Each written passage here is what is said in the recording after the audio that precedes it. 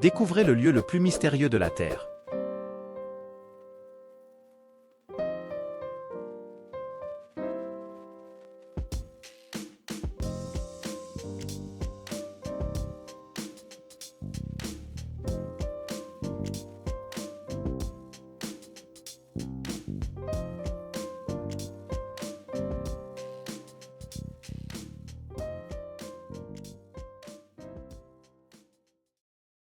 Imaginez-vous explorer un pays hospitalier, avec une culture fascinante, une cuisine unique et des femmes asiatiques et russes charmantes, prêtes à vous accueillir avec tendresse et amour. Je parle du Kazakhstan, un pays situé en Asie centrale. Ses frontières s'étendent au nord jusqu'en Russie, à l'est jusqu'en Chine, au sud jusqu'au Kirghizistan, en Ouzbékistan et au Turkménistan, et à l'ouest jusqu'à la mer Caspienne. Sa capitale est Nur-Sultan, autrefois connue sous le nom d'Astana. Avec une population d'environ 19 millions d'habitants et une superficie de 2724,96 km². Et savez-vous pourquoi le suffixe oistan est si courant dans cette région?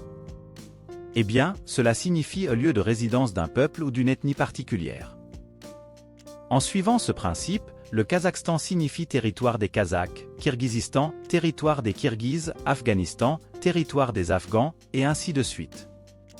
L'histoire de ce peuple est marquée par un long voyage, car ses ancêtres menaient une vie nomade. La région qui constitue aujourd'hui le Kazakhstan a été habitée par des tribus nomades depuis des temps anciens. Parmi elles, les Sakas et les Sarmates sont quelques-unes des tribus les plus connues qui ont occupé la région. Au XIe siècle, les Mongols, dirigés par Genghis Khan, ont conquis la région, qui est ensuite devenue partie de l'immense empire mongol. Après le déclin de l'Empire mongol, le territoire du Kazakhstan a été divisé en plusieurs khans et khanats, tels que le khanat de Kazan et le khanat de Sibir, généralement gouvernés par des chefs locaux ou des tribus nomades. Au XVIe siècle, le Kazakhstan a été annexé par l'Empire russe après une série de guerres et de traités. Pendant la domination russe, il y a eu une grande migration de Russes vers la région, faisant du Kazakhstan une partie essentielle de l'économie russe, fournissant des ressources naturelles et des terres pour l'agriculture. Après la révolution russe de 1917, le Kazakhstan est devenu partie de l'Union soviétique, où son économie a été collectivisée et industrialisée, avec également une migration massive de Russes et d'autres ethnies vers la région, résultant en une population diversifiée. Avec l'effondrement de l'Union soviétique en 1991, le Kazakhstan a proclamé son indépendance. Nursultan Nazarbayev est devenu le premier président du pays et a dirigé la transition vers un État indépendant. Depuis lors, le Kazakhstan travaille au développement de son économie et à la consolidation de son identité nationale, tout en maintenant des liens étroits avec ses voisins et d'autres pays. Nazarbayev est resté au pouvoir jusqu'en 2019, date à laquelle il a démissionné de la présidence, étant remplacé par Kassym-Jomart Tokayev. La culture du Kazakhstan est vibrante et diversifiée, avec un mélange fascinant d'influences nomades, islamiques et russes. Les Kazakhs sont connus pour leur hospitalité, leur générosité et leur profond amour pour la musique, la danse et la poésie. Le passé nomade du Kazakhstan a laissé une marque indélébile sur sa culture. La tradition de la yourte, une habitation portable, est encore très présente, et l'équitation est un sport très populaire. Les yourtes, également connues sous le nom de gers, sont des structures circulaires et portables traditionnellement utilisées par les peuples nomades d'Asie centrale, tels que les Kazakhs, les Mongols et les Kirghizes. Elles offrent un abri polyvalent et adaptable, apprécié pour sa praticité, son efficacité et son confort. Construites avec des treillis de bois recouverts de feutre ou de tissus résistants aux intempéries, les yourtes ont un toit conique avec une ouverture centrale pour la ventilation et l'évacuation de la fumée, ainsi qu'une porte en bois renforcée. Leur structure modulaire permet un montage et un démontage facile, idéaux pour un mode de vie nomade. L'intérieur spacieux est généralement divisé en zones fonctionnelles, telles que le dortoir, la cuisine et le salon, avec des meubles fonctionnels et des tapis pour le confort et l'isolation thermique. Le foyer central fournit non seulement de la chaleur, mais est également utilisé pour cuisiner. Les yourtes offrent de nombreux avantages, tels que la facilité de transport et l'adaptabilité à différents environnements. Elles sont capables de résister à des vents forts, à la neige et à la pluie, et offrent une bonne isolation thermique, maintenant une température agréable pendant toutes les saisons de l'année. Aujourd'hui, les yourtes sont souvent utilisées comme hébergement touristique dans des endroits écologiquement conscients, ainsi que pour des événements, des ateliers et des espaces temporaires. L'héritage culturel des yourtes est célébré lors de festivals et d'événements folkloriques. La musique folklorique kazakhe, avec des instruments tels que le dombra, un instrument à cordes, et le kobyz, un instrument à archet, est expressive et riche. Bien que l'islam soit la religion dominante au Kazakhstan, le pays est laïque et tolérant envers d'autres religions.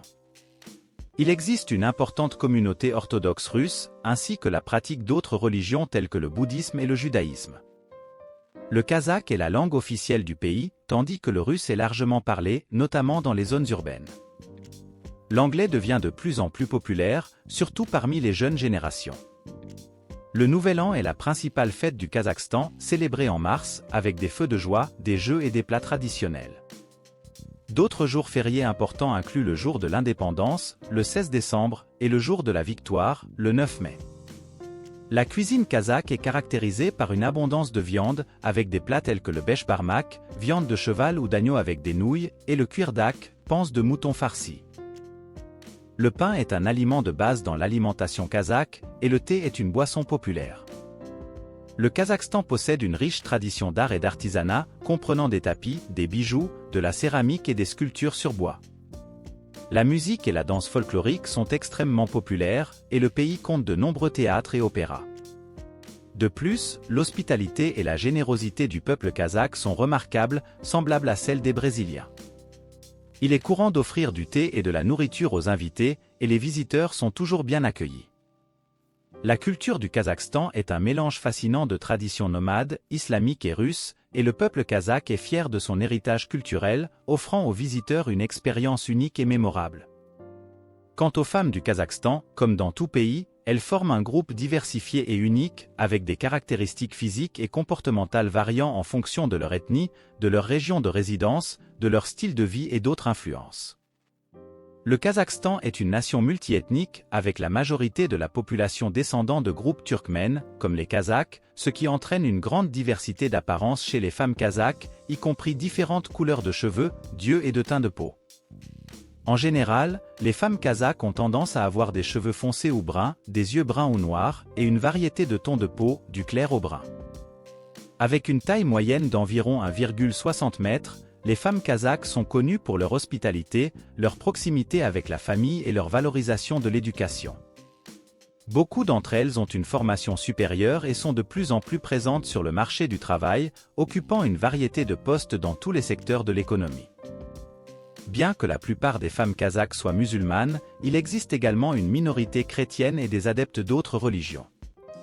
Elles préservent de nombreuses traditions culturelles, telles que la cuisine, la musique et la danse folklorique, et il est courant de les voir vêtues de costumes traditionnels, comprenant un type de chapeau sur la tête, reflétant des influences de divers peuples, tels que les Arabes, les Mongols et les Chinois. Si vous appréciez cette vidéo, n'oubliez pas de laisser un like, de vous abonner à la chaîne et de partager la vidéo avec ceux qui pourraient être intéressés. Ainsi, vous m'aiderez à apporter plus de documentaires comme celui-ci chaque semaine.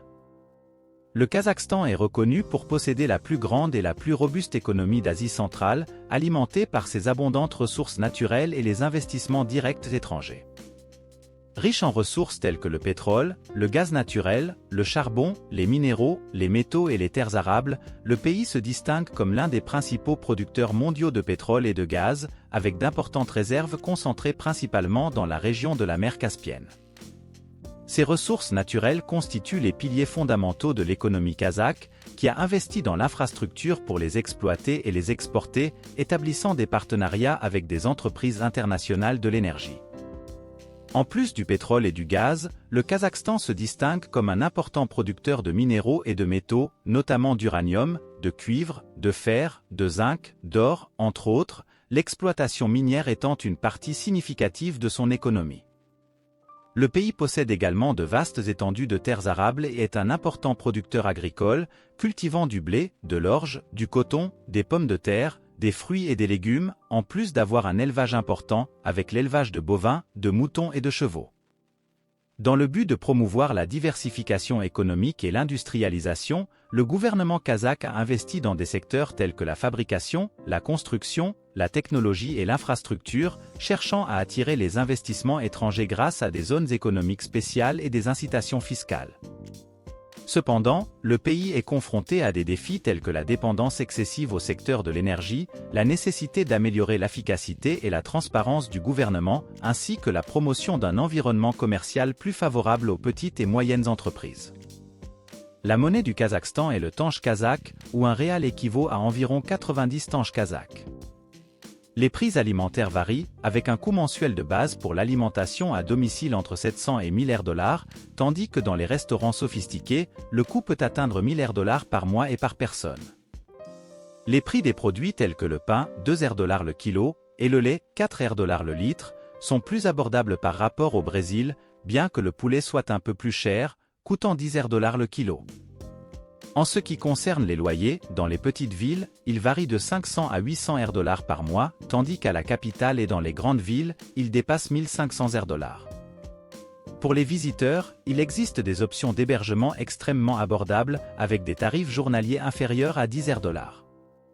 Envisageant un voyage, le prix du billet aller-retour est d'environ 7500 $. La Russie exerce actuellement une grande influence sur le territoire du Kazakhstan, bien qu'il ne fasse plus partie du même groupe politique qu'au sein de l'ancienne Union soviétique. Comme mentionné au début de la vidéo, le Kazakhstan a fait partie de l'Union soviétique pendant plus de 70 ans, ce qui a influencé significativement sa culture, son économie et sa politique.